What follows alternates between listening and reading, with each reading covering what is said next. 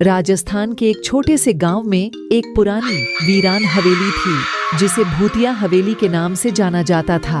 गांव वालों का कहना था कि वहां रुक्मिणी नाम की एक महिला की आत्मा भटकती है जिसकी वर्षों पहले दुखद मृत्यु हो गई थी। रुक्मिणी एक धनवान व्यापारी की सुंदर बेटी थी। वह एक पड़ोसी गांव के युवक से प्रेम करती थी, लेकिन उसके पिता ने उनके रिश्ते को मंजूरी नहीं दी। गुस्से में आकर उसने रुक्मिणी को हवेली के ऊपरी मंजिल के कमरे में बंद कर दिया। दिल टूट जाने के कारण और कोई रास्ता न देखकर रुक्मिणी ने आत्महत्या कर ली। उस दुखद दिन के बाद से हवेली खाली पड़ी रही।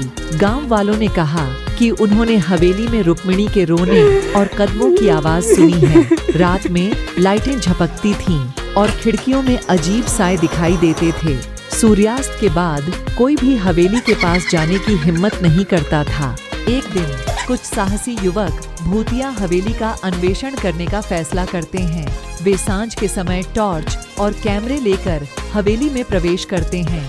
जैसे जैसे वे धूल और जाले से भरे कमरों में घूमते हैं, उन्हें एक अजीब सी उपस्थिति महसूस होती है। तापमान अचानक गिर जाता है और वे ऊपरी मंजिल से धीमी सिसकियां सुनते हैं। हिम्मत जुटाते हुए वे चरमराती सीढ़ियों से उस कमरे में जाते हैं जहां रुक्मिणी की मृत्यु हुई थी। जैसे ही वे अंदर प्रवेश करते हैं, दरवाजा उनके पीछे जोर से बंद हो जाता है। अपनी टॉर्च की मध्यम रोशनी में वे सफेद साड़ी में एक महिला का धुंधला सा आकृति देखते हैं। उसका चेहरा पीला और आंखें दुख से भरी हुई। गुट के नेता ने आत्मा से धीरे से बात की, उनकी सहानुभूति जताई और पूछा कि वे उसकी आत्मा को शांति कैसे दे सकते हैं। उनकी आश्चर्यचकित करने वाली बात थी कि रुक्मिणी की आत्मा ने बोलना शुरू कर दिया। उसने बताया कि वह अपने असमय मौत के अकारण गुस्से और दुख के कारण फंसी हुई है।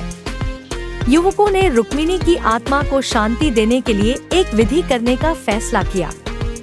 वे गांव से एक पुजारी को लाए जिसने हवेली में पूजा का आयोजन किया।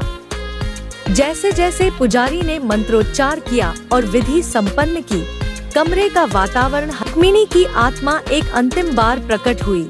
उसके चेहरे पर एक हल्की मुस्कान थी और फिर वह एक गर्म चमकते प्रकाश में विलीन हो गई।